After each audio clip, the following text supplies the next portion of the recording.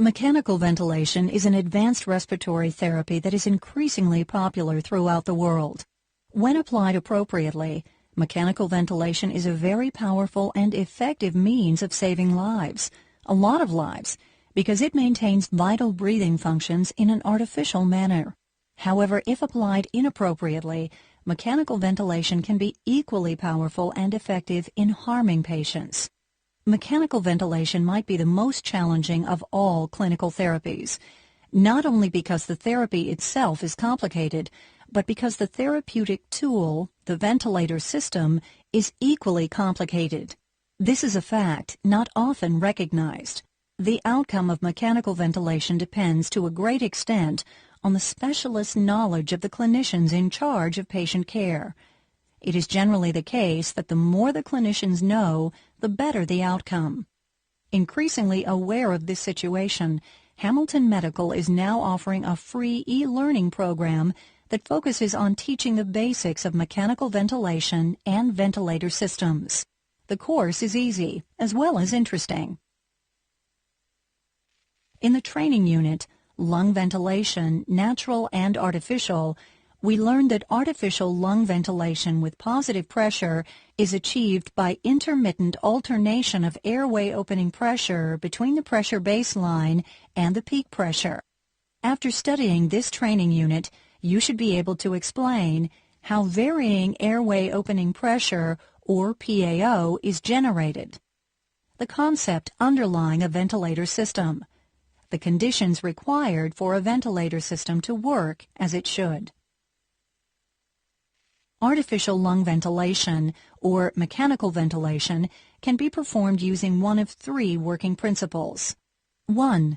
The top graph shows the pressure waveform of IPPV, or intermittent positive pressure ventilation.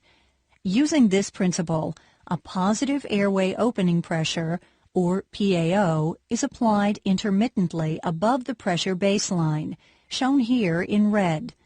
The positive PAO pushes the inspirator gas into the lungs.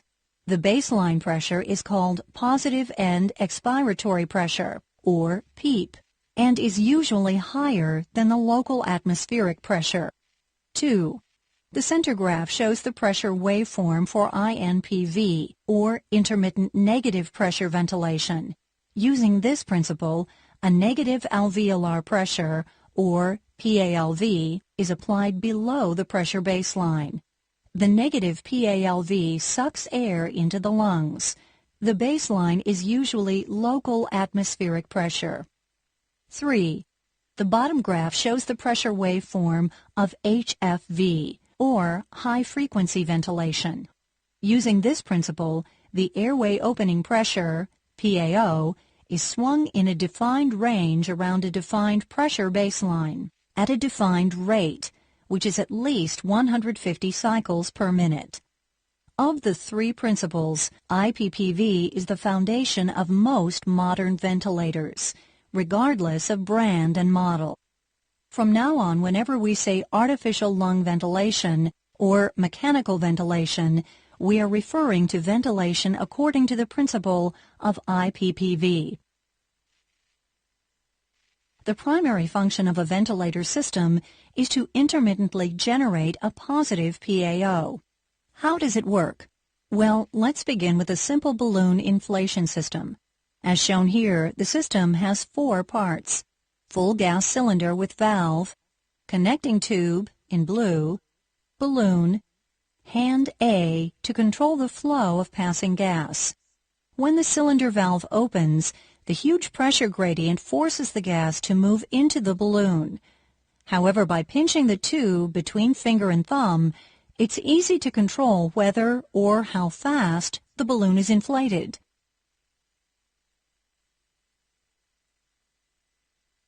Now let's add 3 more elements. Second tube, shown in pink, Y piece, and second controlling hand, B.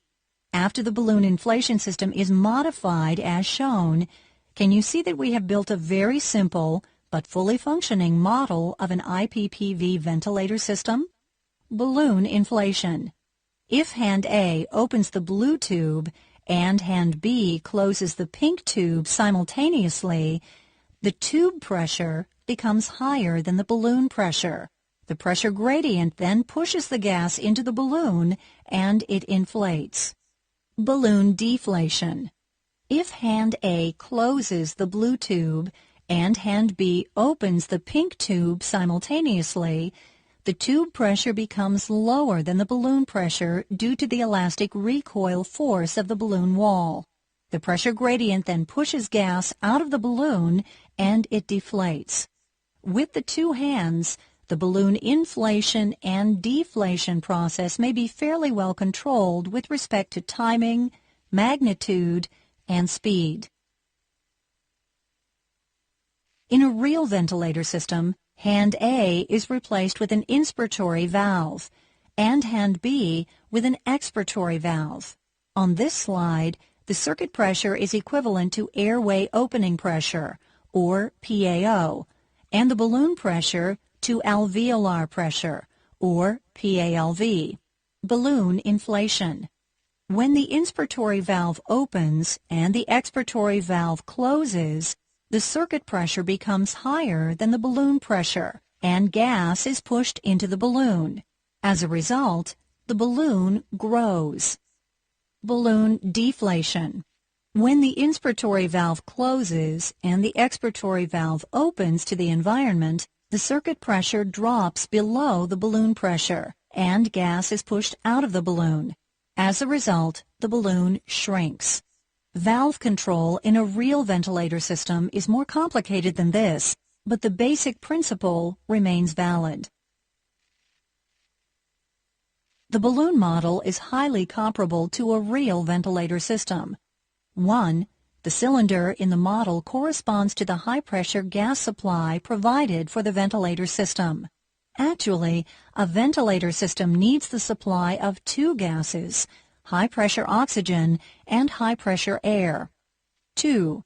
Hand A in the model corresponds to the inspiratory valve. 3. Hand B in the model corresponds to the expiratory valve. 4. The blue and pink tubes between the Y piece and the 2 hands correspond to a breathing circuit. 5. The blue tube piece between the Y piece and the balloon corresponds to the airway. 6. The balloon corresponds to the lungs of a ventilated patient.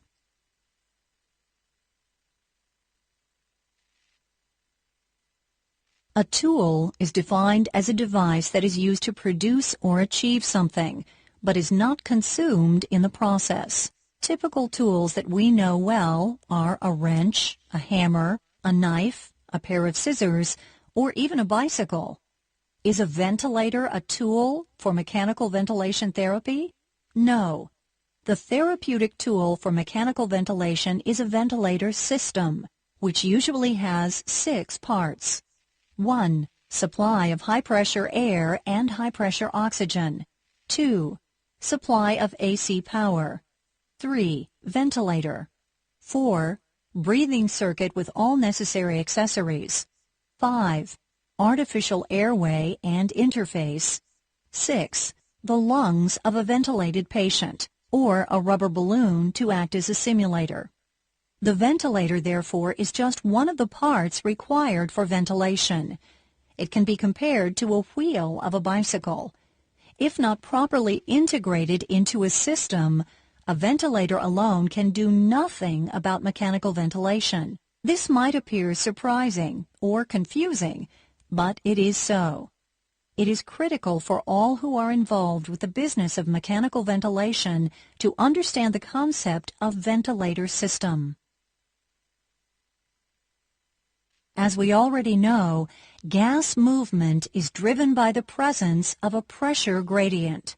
Inside a working ventilator system, there are invisible pressure waterfalls along the gas passageway, which begin at the air and oxygen supply outlets and end at the exit port of the expiratory valve.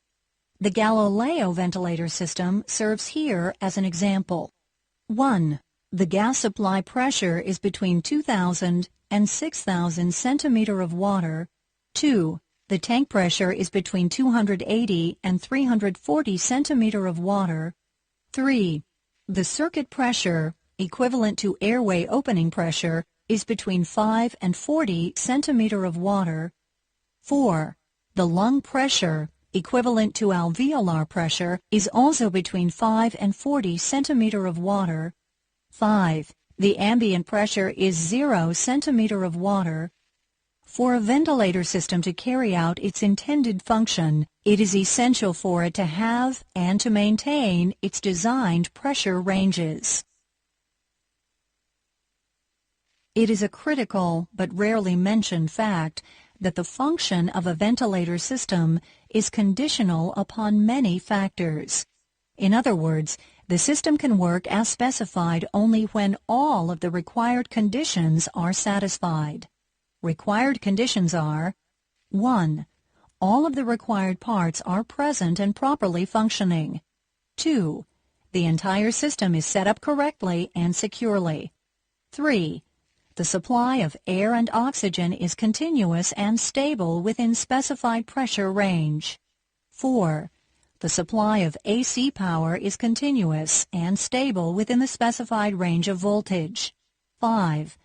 The system does not have any noticeable gas leak. 6.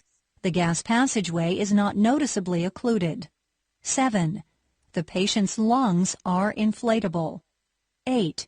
The operator knows fully how to set up and to operate the ventilator system correctly. In ventilator design and development, engineers assume that all of these required conditions are satisfied. In the real world, however, this assumption may not always be correct. This discrepancy could be the most important and most common root cause of the troubles and problems we sometimes experience during mechanical ventilation. To sum up then, in the last training unit, Lung Ventilation, Natural and Artificial, we learned that artificial lung ventilation is achieved by varying airway opening pressure, or PAO. In this unit, we have modified a balloon inflation system into a simple but fully functioning model of a ventilator system. This model has helped us to understand how a varying PAO can be generated to intermittently inflate and deflate a balloon. Furthermore, a critical concept of a ventilator system has been introduced. We now know that the tool for mechanical ventilation therapy is the ventilator system, and that the ventilator is just one of the parts required within the system. Finally, we have discussed the conditions required for a ventilator system to work as designed. If one of the conditions is not fully satisfied, the system will not work properly or will not work at all. Hamilton Medical is now offering a free e-learning program that focuses on teaching the basics of mechanical ventilation and ventilator systems. The course is easy as well as interesting.